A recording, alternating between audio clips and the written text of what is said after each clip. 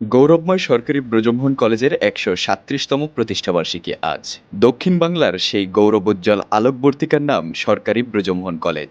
১৮৮৯ সালে মহাত্মা অশ্বিনী কুমার দত্তের দূরদর্শী নেতৃত্বে প্রতিষ্ঠিত এই বিদ্যাপীঠ আজও শিক্ষা, মানবিক এবং প্রগতির পথ প্রদর্শক হিসেবে মাথা উঁচু করে দাঁড়িয়ে আছে।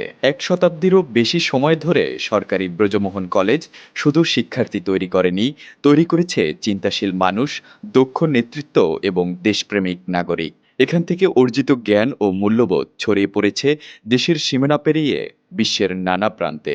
এই ক্যাম্পাসের প্রতিটি ইট, প্রতিটি বৃক্ষ আর প্রতিটি পথ সাক্ষী হয়ে আছে অসংখ্য স্বপ্নের, সংগ্রাম এবং সাফল্যের। শ্রেণীকক্ষের পাঠের পাশাপাশি সাংস্কৃতিক, সাহিত্য, ক্রীড়া ও সামাজিক কর্মকাণ্ডে শিক্ষার্থীদের সক্রিয় অংশগ্রহণ গড়ে তুলেছে এক প্রাণবন্ত শিক্ষাঙ্গন।